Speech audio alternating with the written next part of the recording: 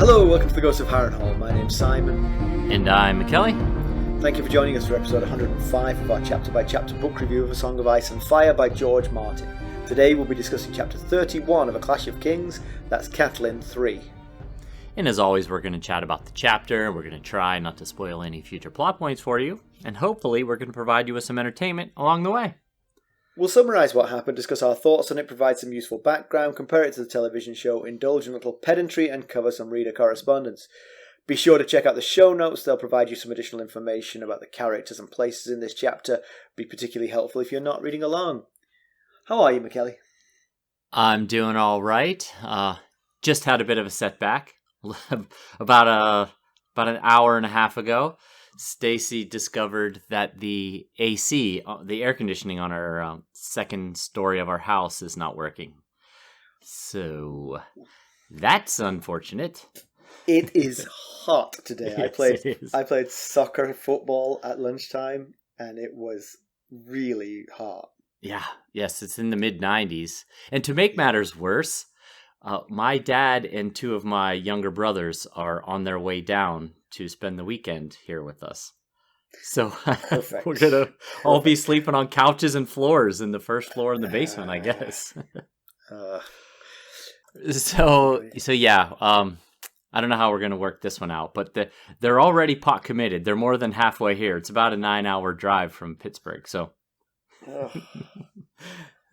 And God, it's so hot as well. I mean, really, when I got in the car to drive home from work, it said it was 104 Fahrenheit. You'd been sitting in the sun for a while. Right, yeah, but yes. Once I got going, it got down to 101. Oh boy, yes. Things really cooled off once the air hit it.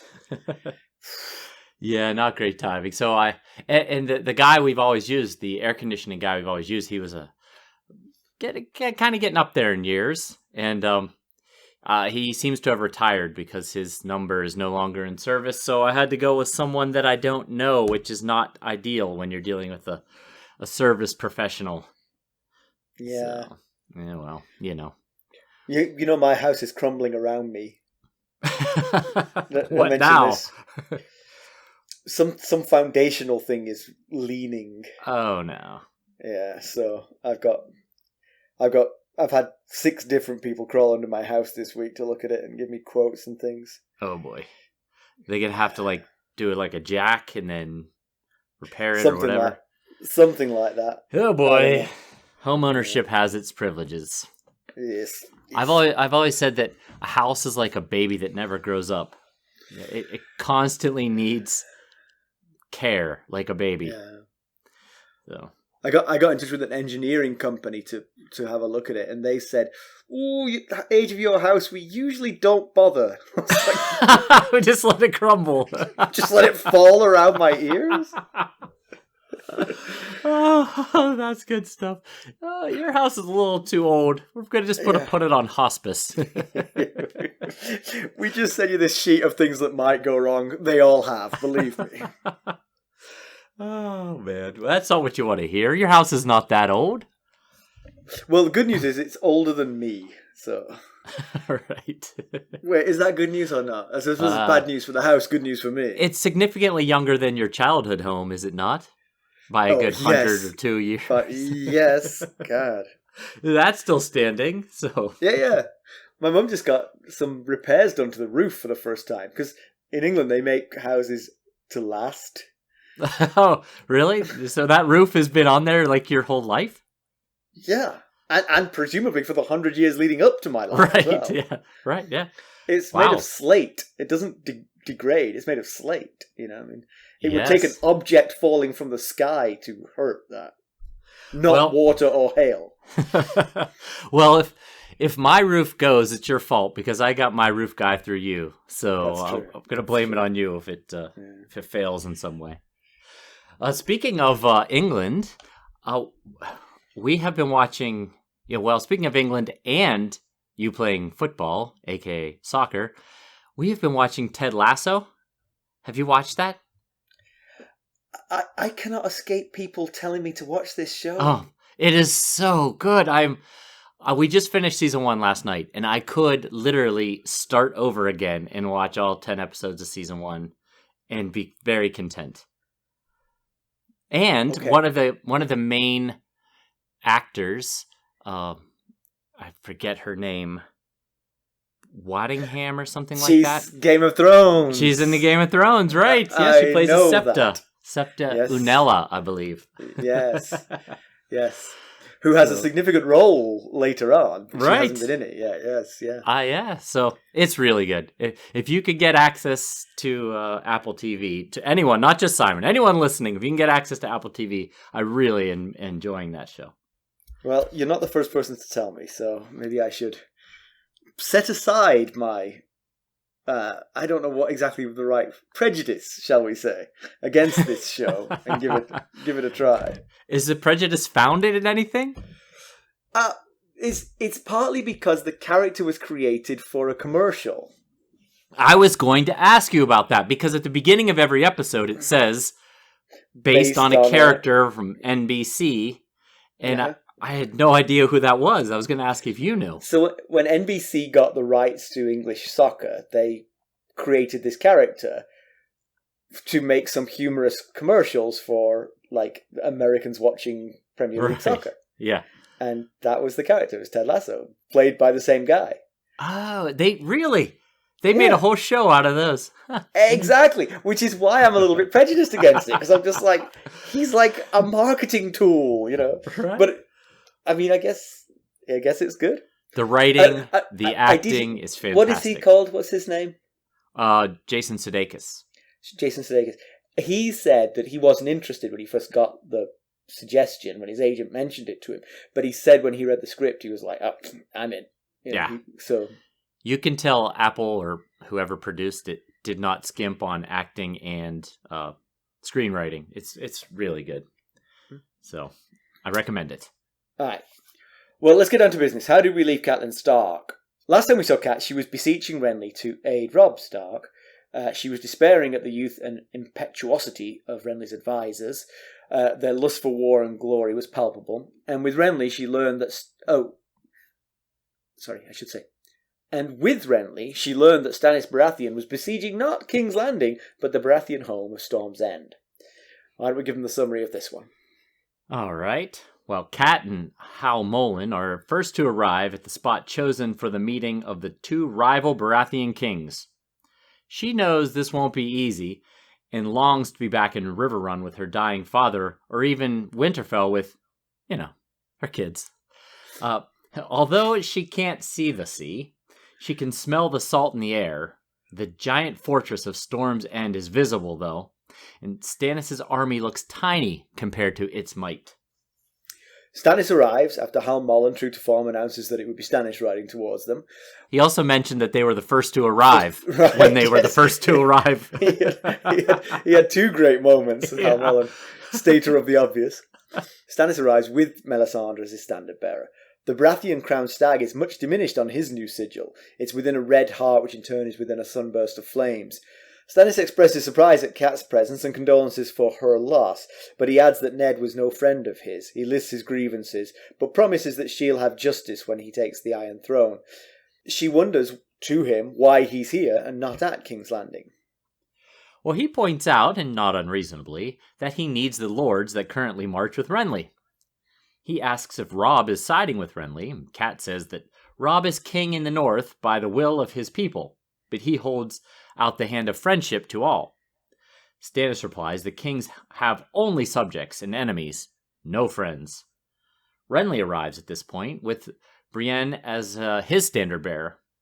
He comments on Stannis' new colors and observes that will make the battle a little less confusing. Cat pleads that there be no battle. She lists the Lannisters' strength and beseeches them to come to terms. Each demands the bent knee of the other to no avail. Terms are offered, insults are traded. Brienne has to intervene. Stannis sheathes his sword but tells Renly that he has until dawn to pledge fealty or be destroyed. Renly lists the families that are with him. It's a feat of memory, if nothing else, because there's an awful lot. It goes on for a while. Stannis rides off. Melisandre parts with the words, "Look to your sins, Lord Renly." Cat rides back with Renly. Cat talks to Renly about the news of Joffrey.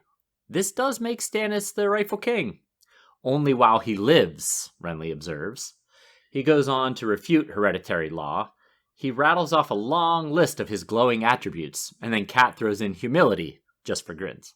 But Renly's good-natured and laughs, admitting that even kings must have some flaws. Cat's failed. The Baratheons will fight, and Robb will face the Lannisters alone. Mathis Rowan advises Renly to leave Stannis to his futile siege, but other advisors argue that he must be dealt with. Renly's advisors are all geared up for battle. Nobody speaks of cool heads. They just vie for the more glorious position on the field of battle. Cat truly despairs and asks for permission to return to River Run. Renly denies her temporarily. He wants her to witness the battle so that Robb will know what happens to rebels. Cat goes to a nearby sept to pray. She's accompanied by Robar Royce, one of Renly's Rainbow Guard. He explains why he, being from the Vale, is in Renly's army. As a second son, you've got to find your own glory, he says. Back at her own camp, her men ask if they fight or flee, and she answers, "We pray." Yeah. So it's weird, me ending the it was when I was doing it. I mean, I like to do that sort of like back and forth cadence, right, but it just didn't fit this time, so I just let you end it. Yeah. So sadly, this went pretty much how we expected. Both of them are too stubborn to bend, but both of them are so brittle as well. You know, I mean, this is the problem with inflexibility. It can often mean that you snap instead of bending. Right? Yes. Yeah. Exactly. And this is what Tyrion predicted would happen when Cersei said, "Well, what if the Baratheon brothers patch things up?" When he told her of them fighting each other instead of coming to King's Landing, and he said, "They're too much alike and too different. There's no way they're going to patch things up." And pretty much was spot on here.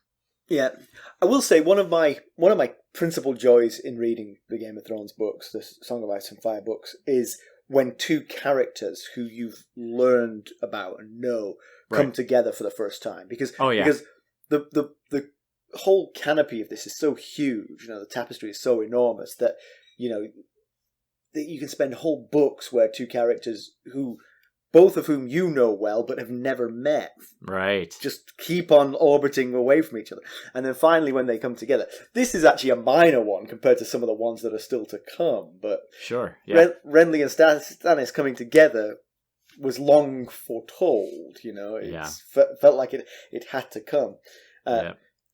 So it was always going to be consequential. Right, absolutely, especially when they both claim to be the king. Right. Primarily for that reason. Yes. Right. Yes. Yeah, I do love a good reunion. It's always fun when you get a reunion like this. Now, of course, it's only because Stannis, like, they were together and then, in King's Landing, and then Stannis left to go to Dragonstone, and they haven't been together since. So it hasn't been that long, but it's been the length of our story that they haven't seen each other. So right, which is what, like probably a year or so now. Yeah, he's very vague about it, but I think it's nearing year and a half-ish type point. Okay, would be my guess. There's been birthdays coming and going. Bran's 9 now, Arya's 10 now, so. Yeah, I would say a year and a half. Yeah. It's an interesting coincidence that both of them have female standard bearers, but Brienne is fully armoured, and she's so huge that it probably went unnoticed by Stannis that she was female, in fact. I'm sure it did, yes. She's pretty enormous, and she was clad in complete armour, so I'm sure he had no idea that there was a Brienne back behind that armour. But speaking of the standard bearers, Stannis changed his sigil. And, it's a bit of a gamble because it makes him look less like Robert's heir, Like, he's no longer got the Baratheon sigil. He's now given that basically uncontested to his brother. Yeah. And his claim to the throne is that he is the heir to Robert Baratheon. He's the elder statesman Baratheon, and that makes him king. And then he goes and changes his symbol. So I'm going to throw a question at you that isn't in the notes, so good luck. Okay. The Baratheon symbol is the crowned stag.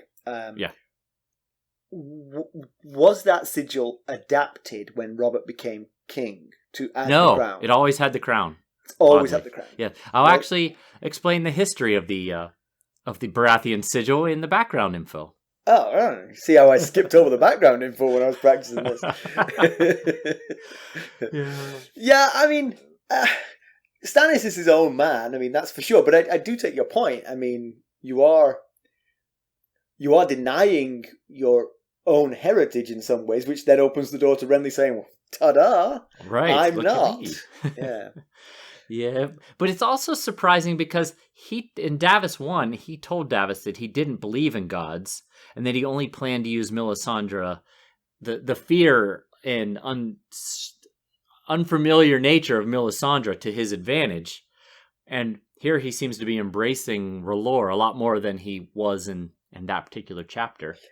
Well, her whole drinking poison with barely a blink of the eye has perhaps raised her in his estimation a little bit. Well, yeah, that was in the prologue, though. So I think he went from totally uninterested at all in this R'hllor thing, that was his wife Selyse's deal, to, I might be able to use this to my advantage in some ways. Yeah. And now here he seems like the Patchface insult when Renly accuses Patchface of being Shireen's father instead of Stannis. He draws a sword that's gleaming red and yellow and white and shimmers. The air shimmers with heat, and he refers to it as Lightbringer, which is a major improvement from what we saw in Davos 1 when they were out burning those statues, and he basically had his oven mitt and a sword that was literally lit on fire. Yes. So this sword, I don't know where this sword came from, but it's a significant improvement over the first iteration of it. I've got visions of the whole scabbard have been sort of left in coals overnight, right. and as he rides, it's hitting his legs like ow, ow, ow.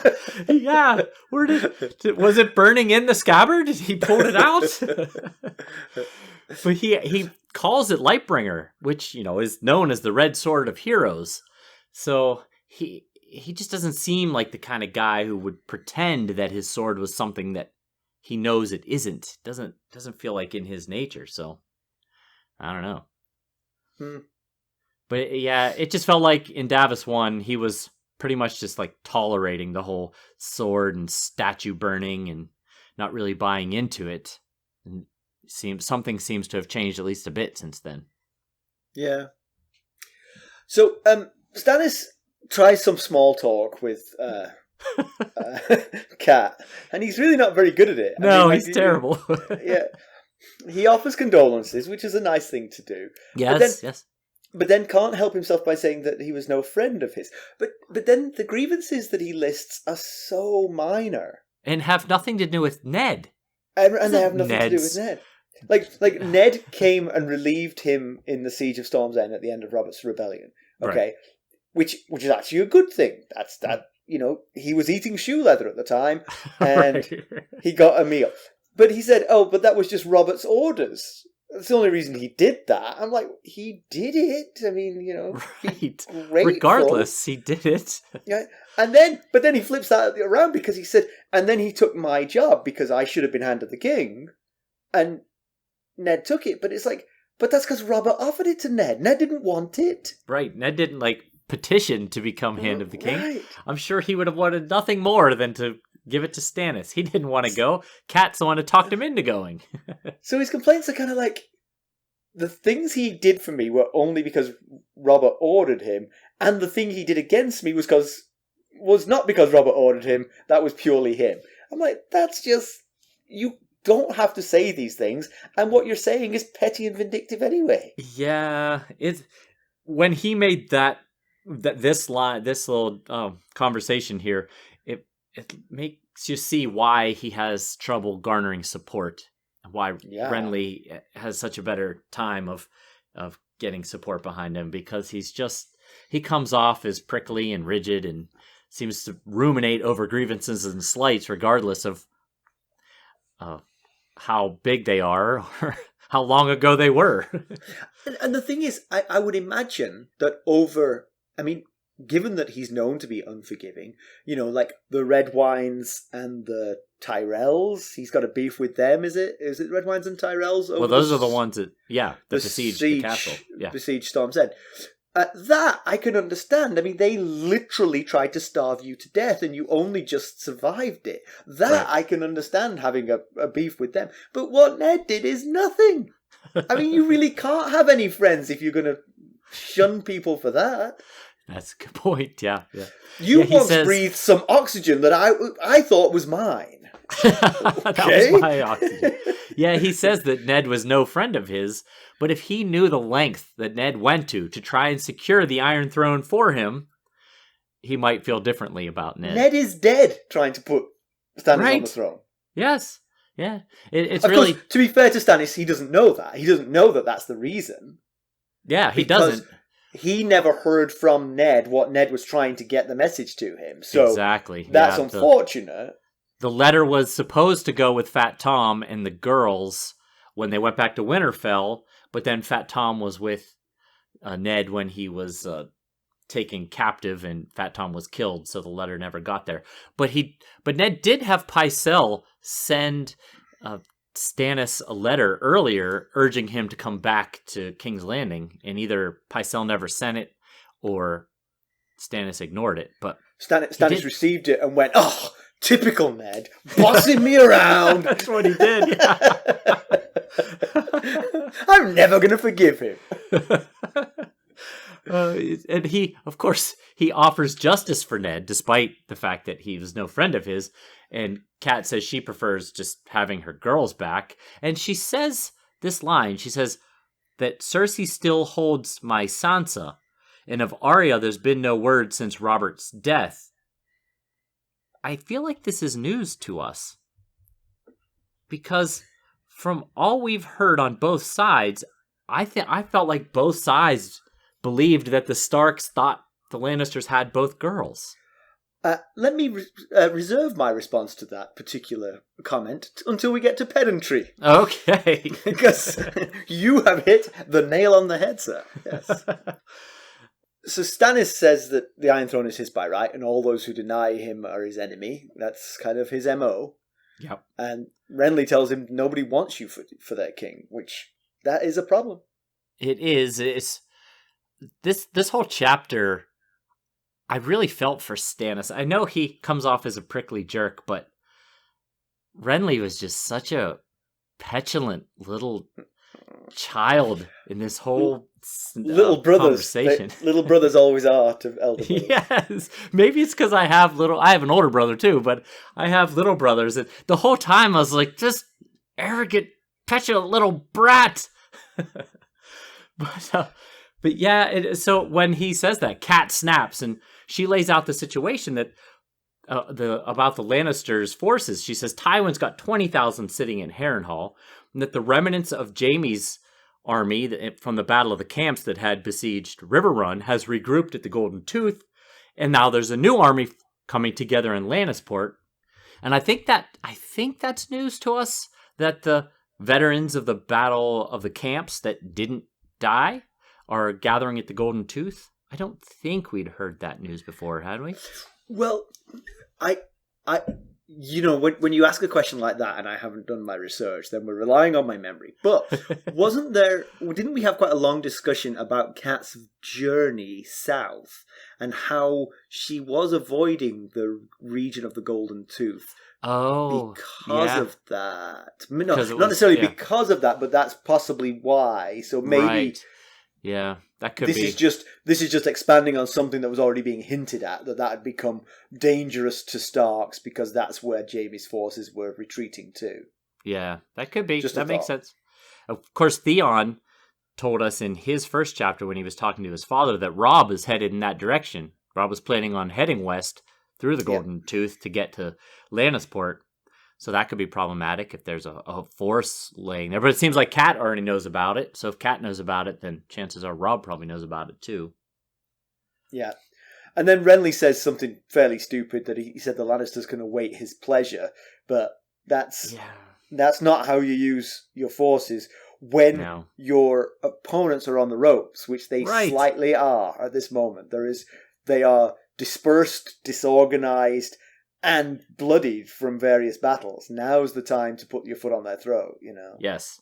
Yeah, basically what I came away thinking from this conversation is that Renly thinks his strength is invincible, the strength of his 100,000 person army, and that therefore he has no need for allies and no care about timing of when he attacks, because whenever he does, he'll just destroy his enemy.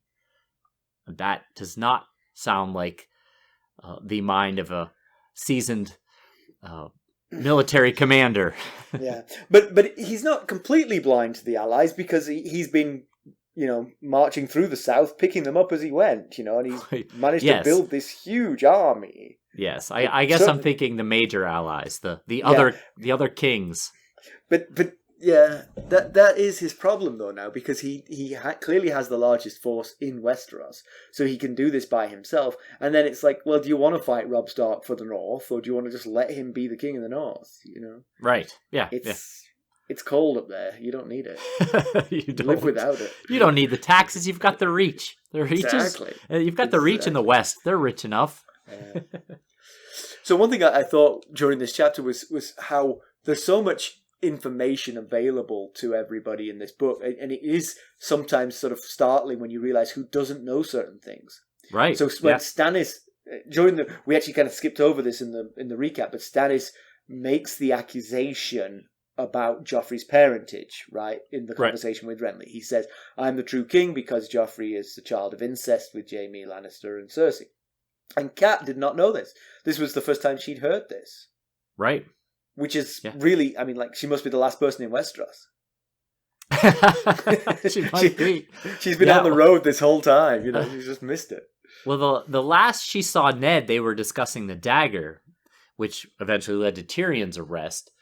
There was no talk. He hadn't gotten to the conclusion of his hunt for Jon Arryn's killer and discovered about the incest. So she didn't get that opportunity. And when they first got to River Run and they named Robb king in the north, he said, well, you know, Joffrey is the true heir to Robert Baratheon, so we are traitors, but I am still going to kill him.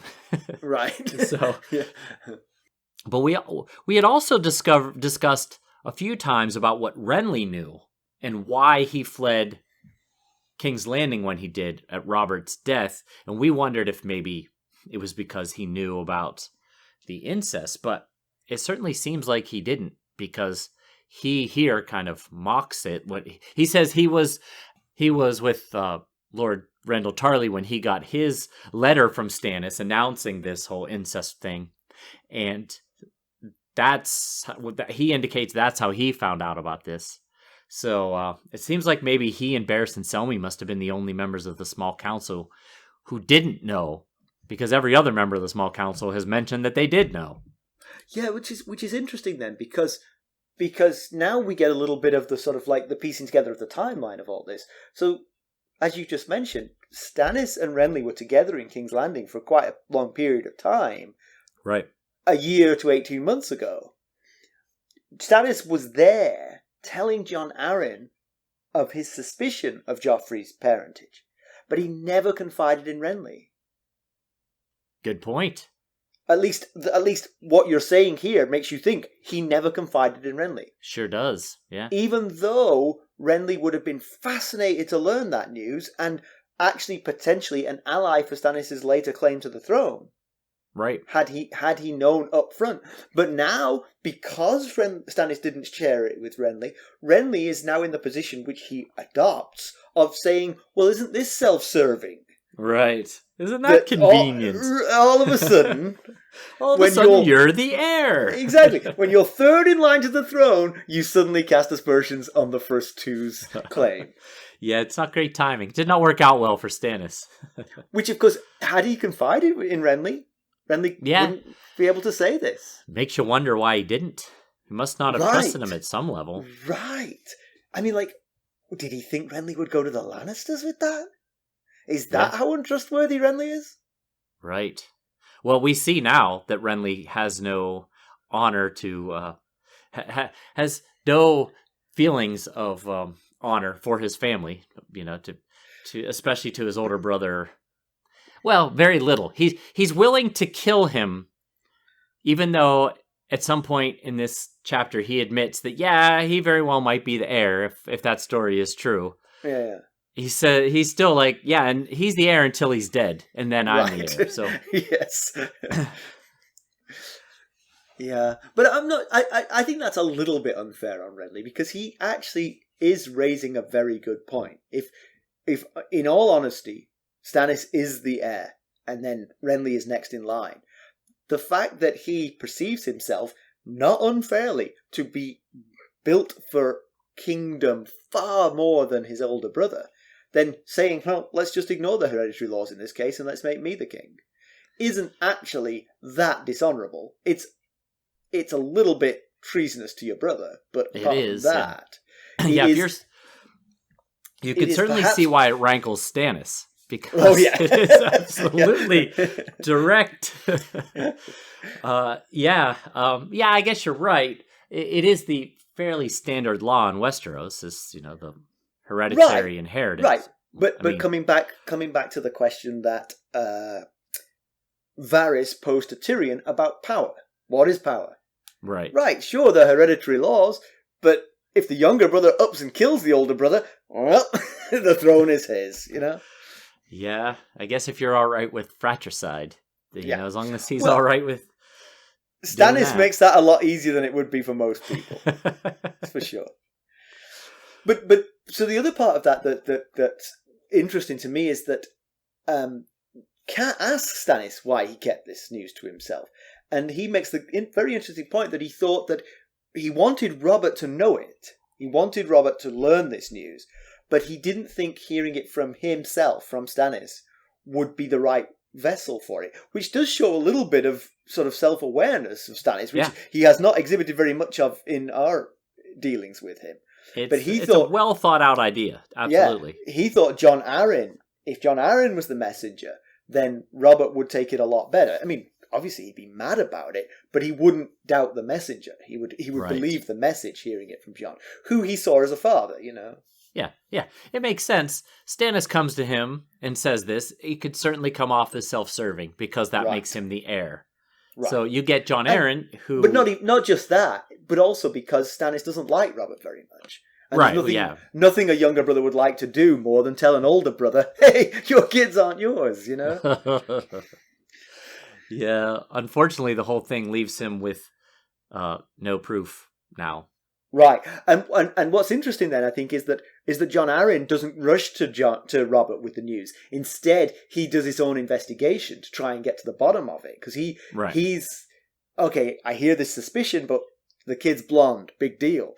But until he sort of like interviews Gendry and Baby Barra, and Baby Barra's mom, right, and then reads the book of lineages, he doesn't take Stannis' word, but then he begins to believe, and then he gets murdered, which is why Stannis obviously concludes that Cersei murdered Jon. But back we come to that same question of, why did she not admit to this when she was admitting to far worse crimes? Yep. It certainly pokes a lot of holes in her involvement. Yeah. But the thing is, maybe it was Jaime. Maybe Jaime's the one who discovered it. It's just as bad news for Jaime as it is for Cersei. Right. So she maybe is innocent of it. I mean, you just feel like she's more calculating, and perhaps there's a sort of sexism here. You assume the woman did the poisoning, whereas Jaime might have chopped his head off or something, Right. Yes. That is something that Tyrion has mentioned several times about Jaime, is his reaction to things is to just, slash. Swift and yes. But if you remember way back to Bran 2 in A Game of Thrones, before, when Bran was overhearing them, Cersei and Jaime talking at the top of that tower, they were mentioning Lysa Arryn's accusations. So it's possible that they were both aware of what was going on. So it could have been, you're right, Jaime could be a suspect that hasn't been considered yet. Yeah. That's right, though, but even then they were talking about it in a way that didn't make them sound very guilty. Not directly, anyway. Right, possibly, it was something like they were just talking about, well, she has accusations and that's all. Yeah. Right, I think possibly something like that. But Pycelle confessed to letting Arryn die, right? Yes, Right. Right. But he also said he wasn't ordered to do that. He just did that because he knew that's what Cersei would want. Yes, that's exactly right. He said she did not have a part in it. He could see from her face, by looking at her, that she needed Jon Arryn to die without any spoken words between the two of them. Now, he blamed the poisoning on Hugh of the Vale, but no one has mentioned who ordered Hugh of the Vale to kill Jon Arryn. So. But he was very quickly knighted thereafter. So yes. It was someone and then quickly killed after that. And then quickly killed by Greyjoy again. Right, yes. Yes. Yeah. Now, this does explain why Jon Arryn and Stannis were participating in that investigation together. Because Ned wondered, Jon Arryn and Stannis? Why are those two going into a brothel together? And why is Jon Arryn considering fostering Robert Arryn with Stannis on Dragonstone of all places? Right. Now we could see some of these pieces falling together here. Yeah. So back to the meeting. I noticed that Stannis gets in another slur on Renly's hetero credentials. Right. Renly says that Marjorie Tyrell was a maiden when he married her, and Stannis retorts that she's likely to stay that way in Renly's bed. Ooh, that's a burn. Yeah, it certainly came off that way, reading it, that that's what he was implying. That right. What else? What else could he mean? You know? Right. Yeah. But then Renly comes back with his own slurs that you've already mentioned about Patchface being the father of Shireen. You know, your wife's so ugly, you get your simple-minded jester to do the deed with her. And then Stannis comes back with, well, your mama... Wait a minute, that's my mama too. Yeah, news sure does spread quickly, doesn't it? Yeah, well, I mean, I think think this has been the gossip of the realm, these two particular stories. I guess. I'm wondering if there's any way that Stannis could know what Renly was talking about regarding Patchface. Oh, yeah. I was thinking maybe sailors coming out of King's Landing, and you wouldn't go to Dragonstone unless you were like joining the Stannis forces, you know, like you wouldn't just randomly stop in at Dragonstone right now, anyway. I wonder if it was a rumor before Littlefinger made it up. I wonder if Littlefinger didn't just conjure it, but if it was something that had been said before as like a joke. Yeah. Something that maybe Stannis had heard previously. Sure, that could be. You know, she's got the grayscale, and Patchface has the tattoos on his face, hence the name. One thing I wanted to say quickly about the Jon Arryn Stannis investigation thing is that back in the first Davos chapter, Davos said the same thing to Stannis, that you have no proof of the incest, and Stannis said there's proof of sorts at Storm's End, referring to his nephew, Edric Storm, who was fathered on Stannis' wedding night by Robert Baratheon. And he says that Edric looks exactly like Robert. And then he said something like, people see him, and then they see these Baratheon kids, kids in quotations, Cersei's kids, and they'll start to wonder. Baratheon in quotations. Yes. They are kids. They are kids. It's the Baratheon part that's a quotation mark. But then they're wondering, but how do we get people to see him when he's stuck in Storm's End? Well, maybe you siege the place until they send the kid out. So maybe he's not trying to actually get in there. He's like, if you give me Edric, I'll move along. Interesting. Yes. He withholds that here when he said when Renly says, "Do you have any proof at all?" He could have said, "Have you seen your nephew Edric? Does he look anything like the other Baratheons in King's Landing?" But he doesn't. Right. He doesn't say anything about him or why he might be at Storm's End. Well, because he doesn't feel the need to try and help Renly with Renly's claim. You know, he's working on his own claim. Yeah. Yes. So Renly offers to Stannis Storm's End. He can keep Storm's End and be the Baratheon Lord, but Renly's going to be king. He also offers him a peach. He doesn't put any conditions on the peach. But his offer of the peach is basically a death threat, because he's like, oh, this peach is so good. You want to try it? And Stannis is like, no. And he's like, well, a man should never really say no to a peach, because you never know when it'll be his last one, you know? So yeah, you know, there's a whole section of the internet dedicated to Renly's peach. Oh, really? Yeah, like some folks believe that not his bottom, the peach that he was the offering. peach, yes, Okay. the peach he's eating in this chapter. Okay, got it. Thanks. Some suggest that maybe it's Renly showing Renly being able to enjoy life, and while Stannis can't, or Stannis' inability to relate to people, and which is why Renly gets support so much more easily. However, George Martin had something to say about Renly's peach. I'm going to read his quote to you. Please. He says, "The peach represents, well, it's pleasure. It's tasting the juices of life. Stannis is a very martial man concerned with his duty.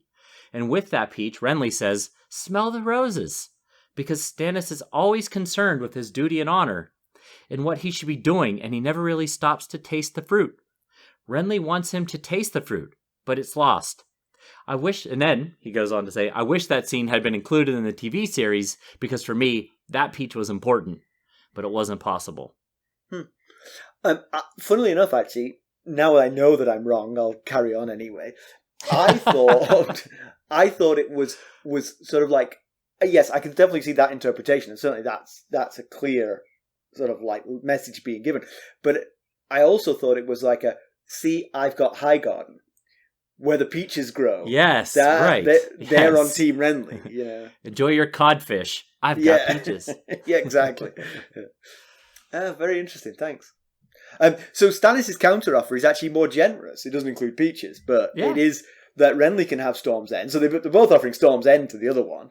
But Renly can also keep his seat on the small council, which again I find interesting given that he didn't tell him about what he suspected and knew when he was in King's Landing with it. If you trust him enough to be an advisor to you as king, then why didn't you trust him a year ago when he could have been a useful ally in the plot you were hatching? Absolutely.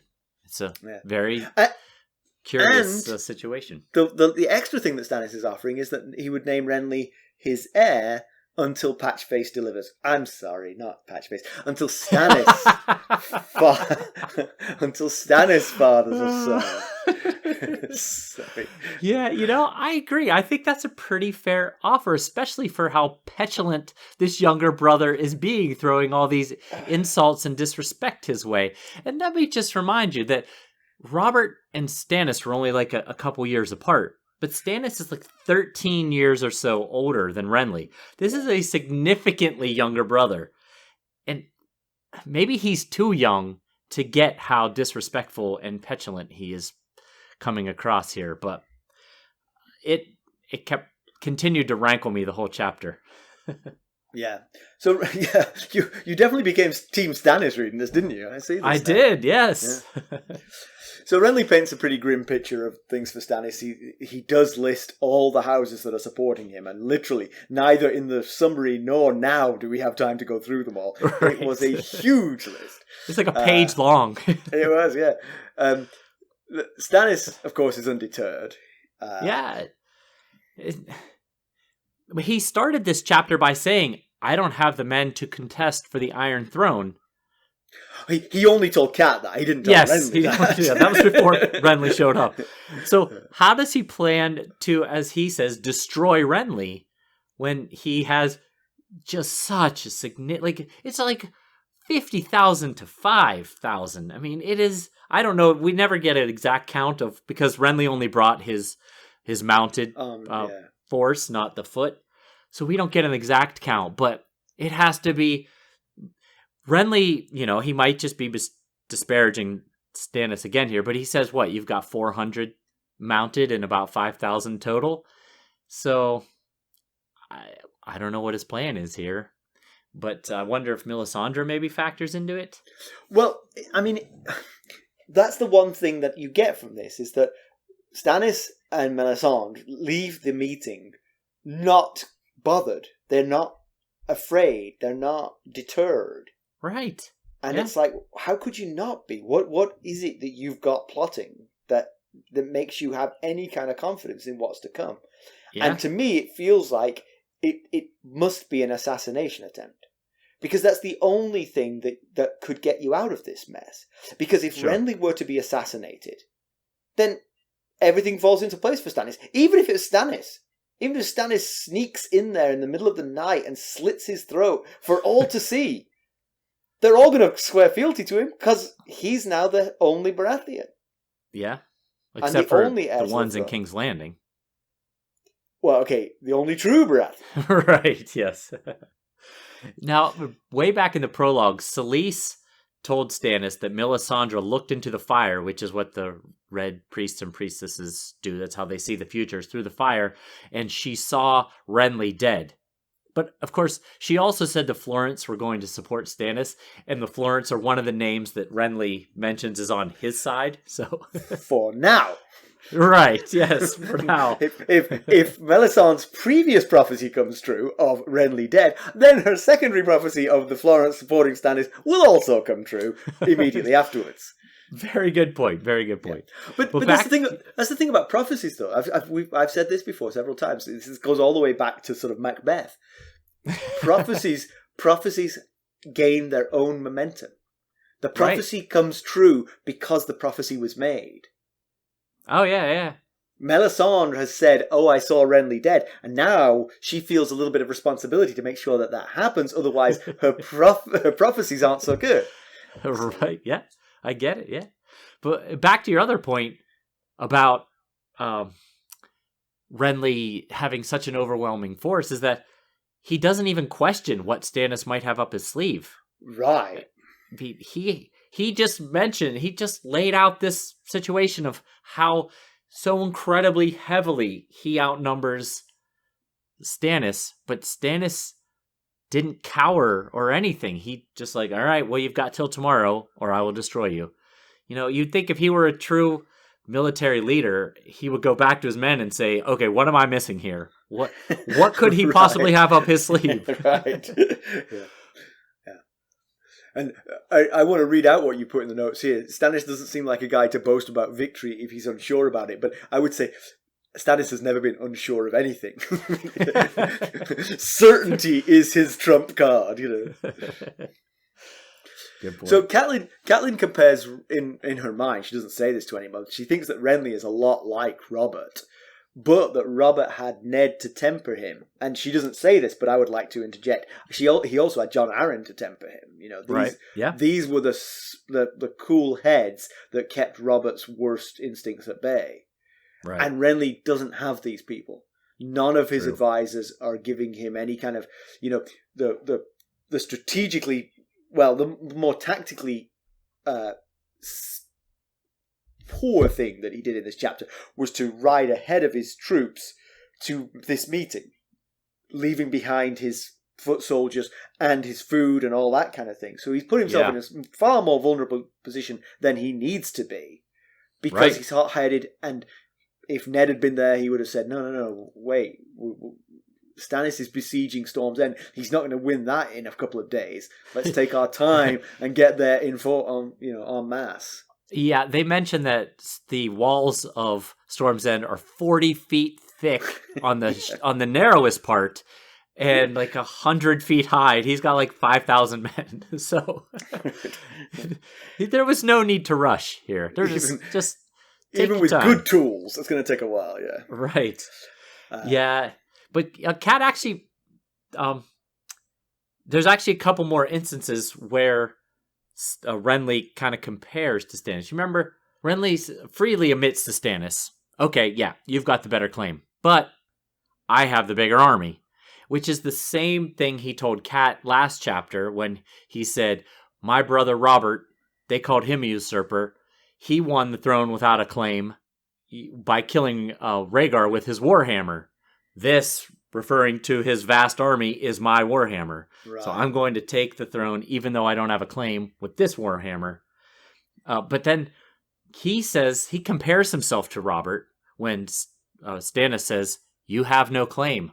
I'm the king. You'll be a traitor, a usurper. And he says, Robert was called a usurper and he got over it. So I'll do the same. Yeah. But so then they get back to, they break up and they go their separate ways and they get... Cat goes with Renly because that's where her people are in Renly's camp, and he gets in with his higher lords and explains, that Stannis isn't going to bend, that, that it looks like it's heading toward war. And Matthias Rowan, I feel like he kind of hits the nail on the head. He says there's no need for battle. Stannis' meager force can't affect Storm's End. I mean, we just laid out why they can't affect Storm's End. So just leave them be and go take King's Landing, which makes perfect sense. It would have been better given before leaving Bitterbridge, because now Renly's argument is he's afraid to lose face if he turns around and leaves. Whereas if he just kept going to King's Landing, he's not backed down from anything with Stannis. He's just fighting his enemies in the sequence of his choosing. Yeah. Yes. He takes that huge army to King's Landing and takes the throne. Then what's Stannis gonna do? Right, he can after he's failed to besiege Storm's End, he can come and fail to besiege King's Landing. Exactly. Yeah. He already doesn't have the men to besiege King's Landing with just the Gold Cloaks defending it, let alone 100,000 strong army. So, I think I think Matthias Rowan is exactly right here. Yeah, but I think the other thing is, I think most of the people in this room are keen to tell Renly what Renly wants to hear. Absolutely. Yeah. And Randyll Tarly is not wrong to say that Stannis is a danger to you. While you were fighting the Lannisters, your army will be shrinking. Stannis' army could be growing, but I'm not sure exactly where that's coming from. That's what I want to know too. Yeah. How is his army going to grow while besieging Storm's End? He's going to pull like a Saruman, sort of like... Yes. Pull him out of the ground, you know.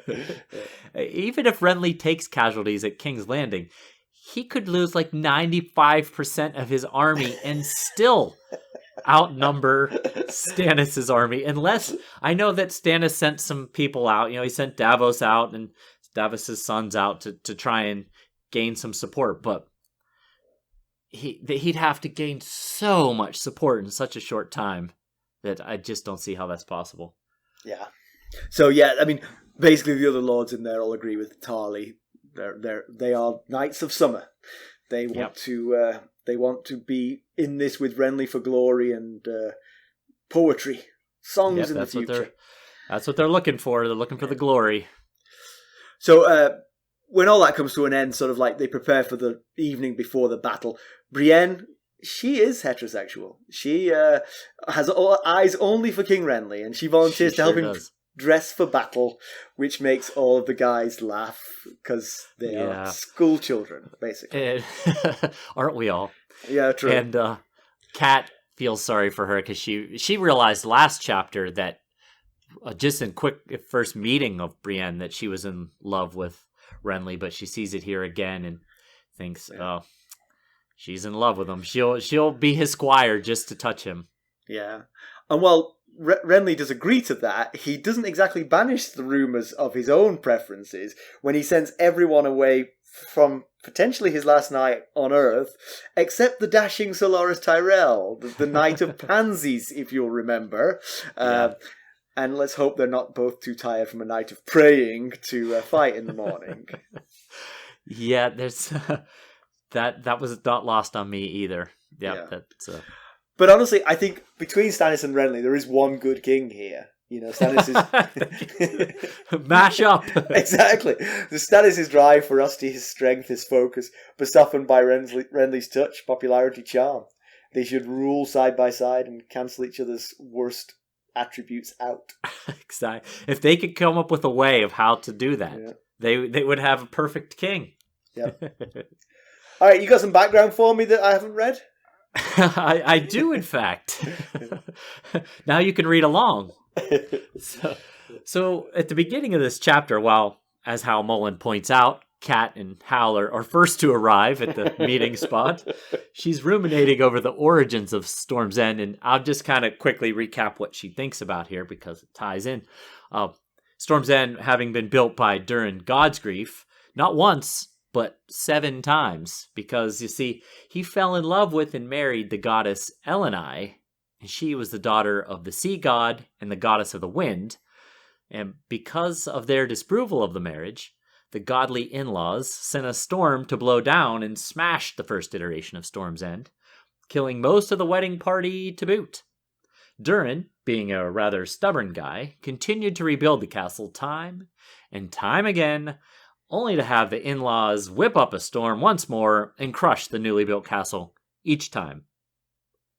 But on the 7th time, the castle finally held up to the storms, possibly due to some construction advice from a young Bran the Builder, or maybe some Children of the Forest intervention, as have been rumored in the songs. But only then, when they finally got their castle to withstand the storms, could Durin and Elenai live their lives together in marital bliss. That was the beginning of House Durrandon and the rise of the first Storm King. Now, as I mentioned in previous background from previous episodes, the Durrandons extended their realm all the way up into the Riverlands. However, over the centuries, their domain continued to shrink until finally the Ironborn Harwin Hoare, grandfather to Harwin the Hare in the Black, with the help of the River Lords, drove the Durrandons out of the Riverlands. And then, as I just mentioned in Tyrion 7 a couple episodes ago, the male line of the House Durrandon came to an end at the hands of Orys Baratheon when Aegon's Hand of the King killed Argilac the Arrogant, the last Storm King, and married his daughter Argella. Now, the Durrandon sigil was a black-crowned stag on a gold field, and their words were, "Ours is the fury." And if both of those sound familiar, it's because they are also the sigil and words of House Baratheon. Orys kept both words and sigil after marrying Argella to honor his new wife's house. Answering my question from earlier, thank you. Yes. That's good stuff. Thanks. So, comparison with the television show is very much captured. Certainly the scene on the hilltop where they meet one another. Slightly larger contingents. There's like 10 people present, but no Peach. No Peach, and no Brienne. I didn't see Brienne anyway. If she was there, but then again, she was in full armor. Maybe I wouldn't have noticed. Renly comments on Melisandre's beauty. I see why you found religion, brother. Melisandre has a lot more lines in the meeting than she does in the book as well. Okay. And I think the TV show recognised that they picked a winner in Carice Van Houten by this point, so they wanted to beef up her contributions. She was great. Yeah, she was good. Pedantry Corner. So coming back, circling back, my pedantry was exactly what you mentioned before. When Cat says to Stannis, "Cersei still holds my daughter, and of Arya there's been no word since the day of Robert's death." Well, that feels like she suspects the Lannisters don't have her, but we've not heard anyone voice that before. The only reason that she might have any reason to doubt that they have Arya is because Sansa never mentioned Arya in her letter. But there was a lot going on. Be easy to forget, you know. P.S. Arya's doing great. Arya says hi. But you're right, though. I guess if you look at it from that standpoint, there's been no actual word of Arya. Yeah. Because she got a letter from Sansa. She's got nothing from Arya. She is literally telling the truth, but she is hinting at a suspicion which I don't know where that really comes from, because, well, I guess not. I guess the point is lots of people were killed in what happened in King's Landing the day of Robert's death. So maybe Arya was killed. Not that Arya's in the wind, as we know she is, but that she got killed somehow. Yeah. Okay, so tiny pedantry, not complete. Yeah, but you're right. The way she says it certainly makes it sound like she fears for Arya's existence. Right. Because I don't imagine she figures Arya is just roaming about the realm as she is. So news and notes. You've got something here. News and notes. I wanted to follow up on like I just was saying in the background section. Back in Tyrion 7, when we talked about Orys Baratheon, it was mentioned that Orys was the only true friend of Aegon the Conqueror, and it was also widely accepted rumor that he's actually Aegon the Conqueror's half-brother. And then you, Simon, questioned where the name Baratheon came from. If the bastard son of Aerion Targaryen, where did he get the name Baratheon from? So I did some digging, and there seems to be no concrete answer to this. Conspiracy theories abound on the internet, of course.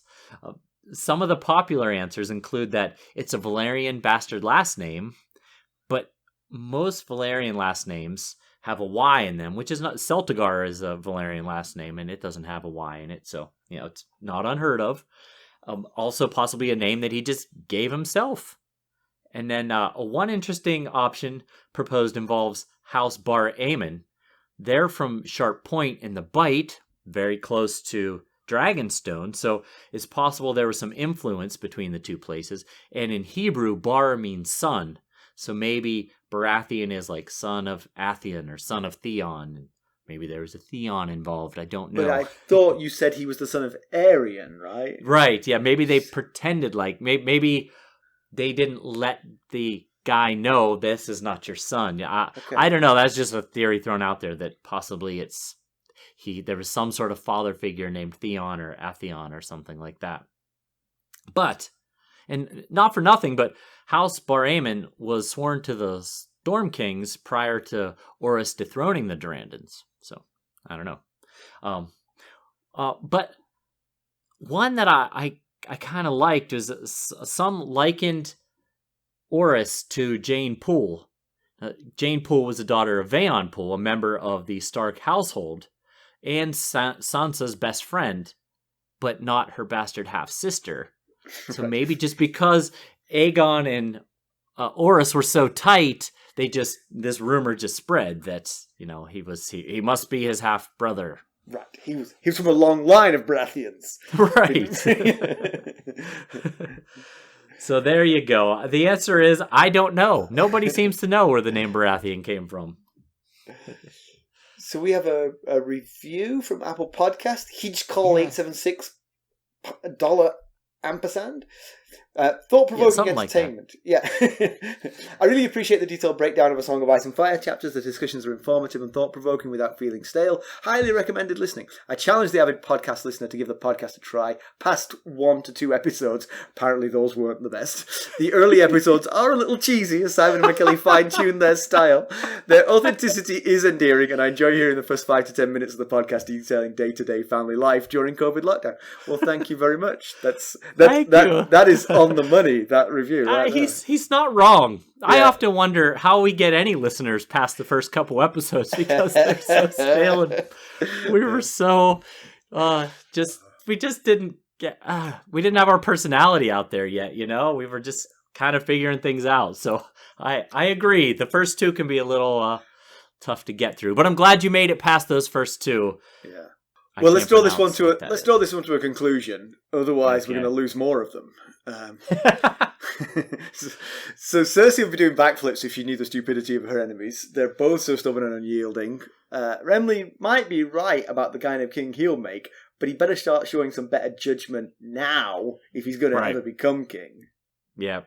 What Cersei would be doing is dancing with Tyrion.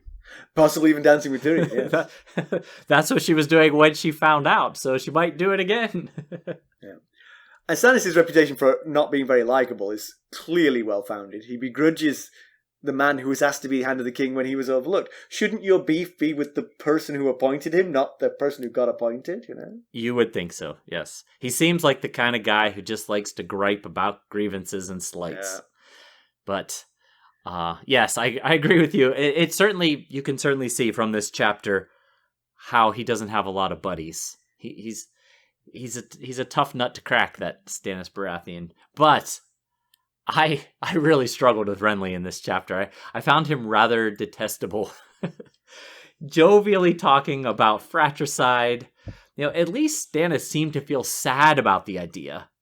Renly seemed to have no qualms about adding regicide to the fratricide, if the incest story was true, which of course we know that it is.